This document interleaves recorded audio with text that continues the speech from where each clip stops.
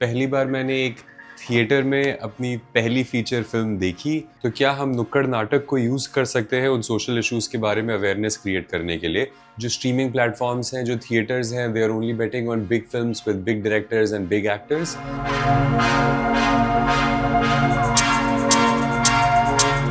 तो नुक्कड़ नाटक जो है मेरी पहली फीचर फिल्म है। Kolkata was the first film festival that we were accepted to. पहली बार मैंने एक थिएटर में अपनी पहली फीचर फिल्म देखी और ये इस फिल्म का पहला अवार्ड है। तो there are so many first associated with this project and this festival कि it is very very special. And what was even more special having so many members of our team who could be there in person जब हमें award मिल रहा था।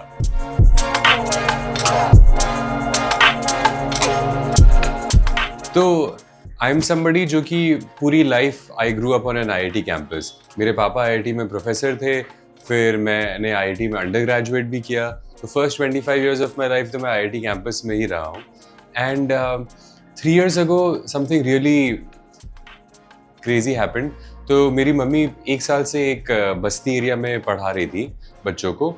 तो मैं जब अपनी mummy के साथ उस बस्ती में गया तो मुझे बहुत आई वाज शॉक्ड बिकॉज ये जो बस्ती थी आईआईटी कैंपस से बस 3-4 किलोमीटर दूर थी और इस बस्ती में जो लेवल ऑफ पॉवर्टी था बहुत ही ज़्यादा एक्सट्रीम था।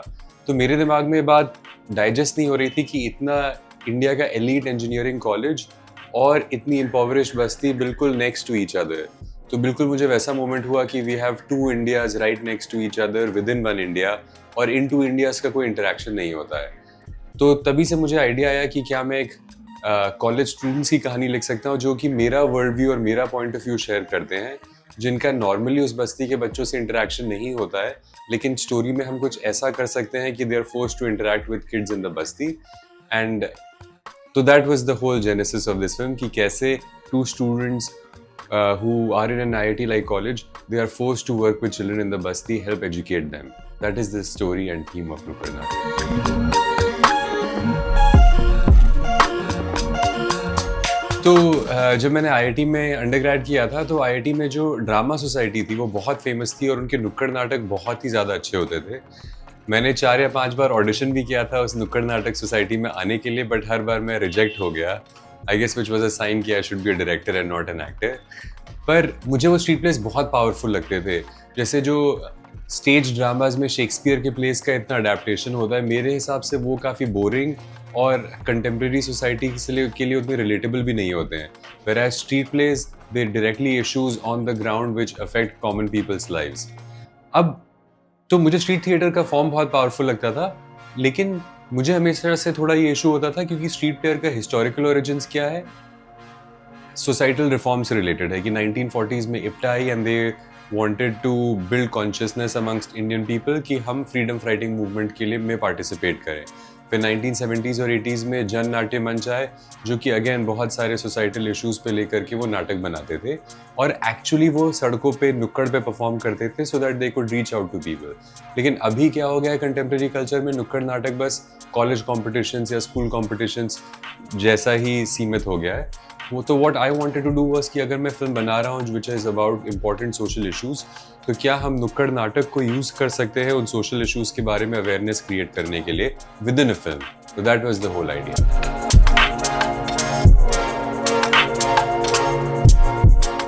तो फिल्म में जो 2 लीड कैरेक्टर्स हैं मौलश्री और Shivang, they are college students and जैसा कि मैंने पहले भी बताया था, I wanted those characters to reflect my world view कि जब मैं बस्ती में पहली बार गया and I was shocked, I wanted these 2 college students to also be people जो कि उस बस्ती वर्ल्ड से काफ़ी रिमूव्ड है, middle class upper middle class background से आते हैं।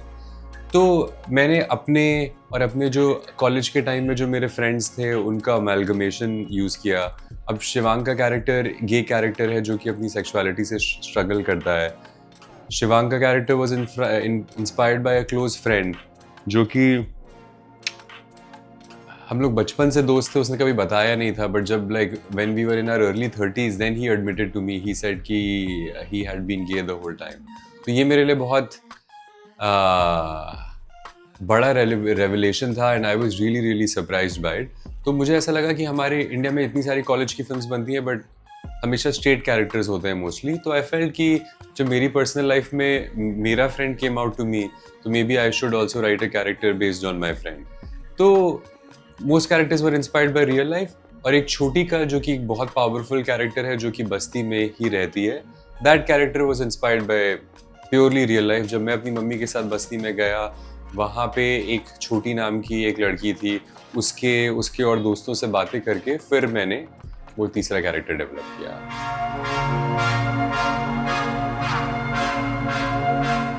तो मैं बहुत पर्सनली बिलीव करता हूँ कि art has the power to inspire social change.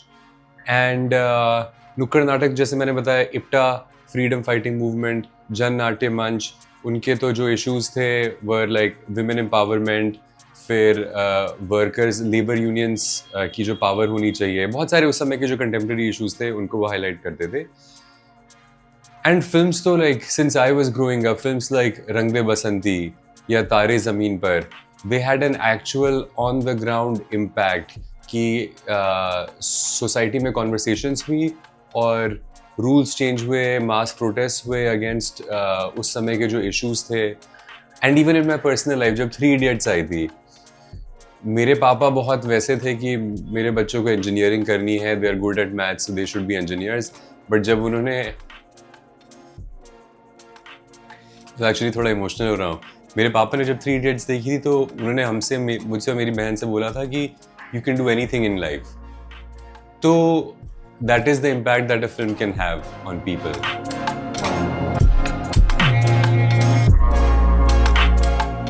तो टू बी ऑनेस्ट, मैंने अगली फिल्म लिखी भी है, it's a love story, but right now मेरा फुल फोकस नुक्कड़ नाटक पे है।